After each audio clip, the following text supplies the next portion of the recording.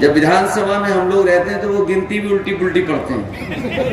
46 एक बार कोई सवाल को लेकर के वो खड़े हो गए और जाने कहां से वो अखबार लेकर के आए और उस अखबार की खबर के माध्यम से कहने लगे कि 46 में 56 भर्ती हो गए थे एसडी। और उस दिन से लेकर के आज तक हम लोग कई जगह पर कई माध्यम से पूछते रहे कि भाई वो कम से कम 46 से 56 वाली सूची तो दे दो। और अभी पता नहीं क्या भाषण दे के गए जो प्रसाद को चूरन समझते हैं। बताओ,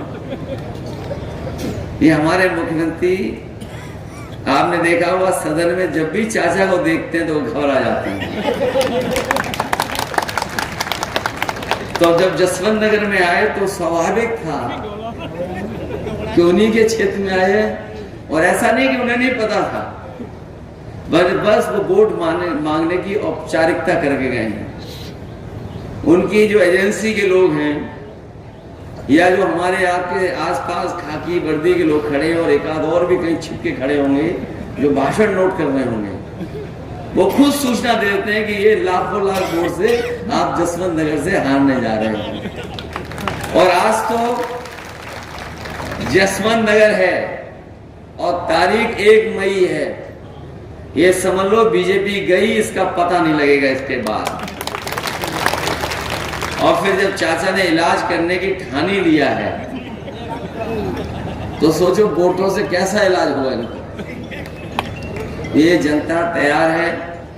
हमारे गुजरात के क्षत्रिय भाई लोग तो तलवार से नहीं, इस बार मतदान से मतबार कर रहे हैं, उससे इलाज कर रहे हैं।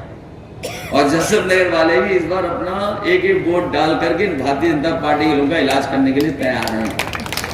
ये वो लोग हैं जिन्होंने सब कुछ उल्टा पुल्टा कर दिया है और ऐसा उलझा दिया है देश को और तमाम चीजों को कि अगर ये नहीं हटेंगे तो हो सकता है ये संविधान को भी बदल दें।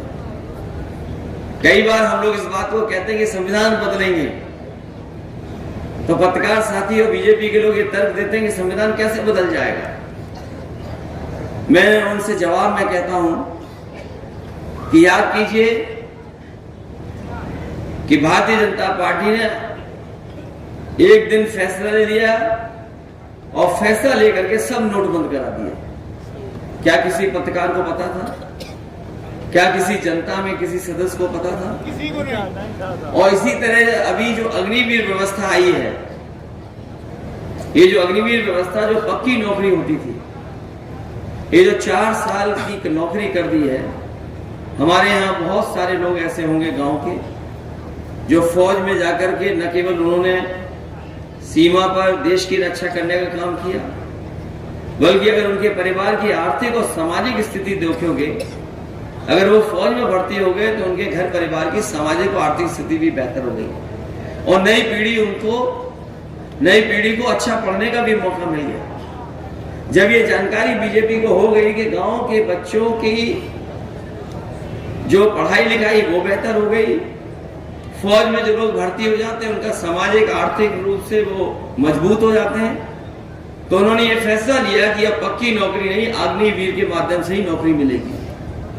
हम अपने तमाम नौजवानों को कहना चाहते हैं इस मौके पर कि समाजवादी सरकार और इंडिया गठबंधन की सरकार आएगी, ये जो आधी अधूरी 4 साल की नौकरी दी है खत्म हो जाएगी और जो पहले व्यवस्था थी कि नौकरी पूरी मिलती थी और पेंशन और सुविधाएं मिलती थी, वही इंतजाम करने का काम करेंगे।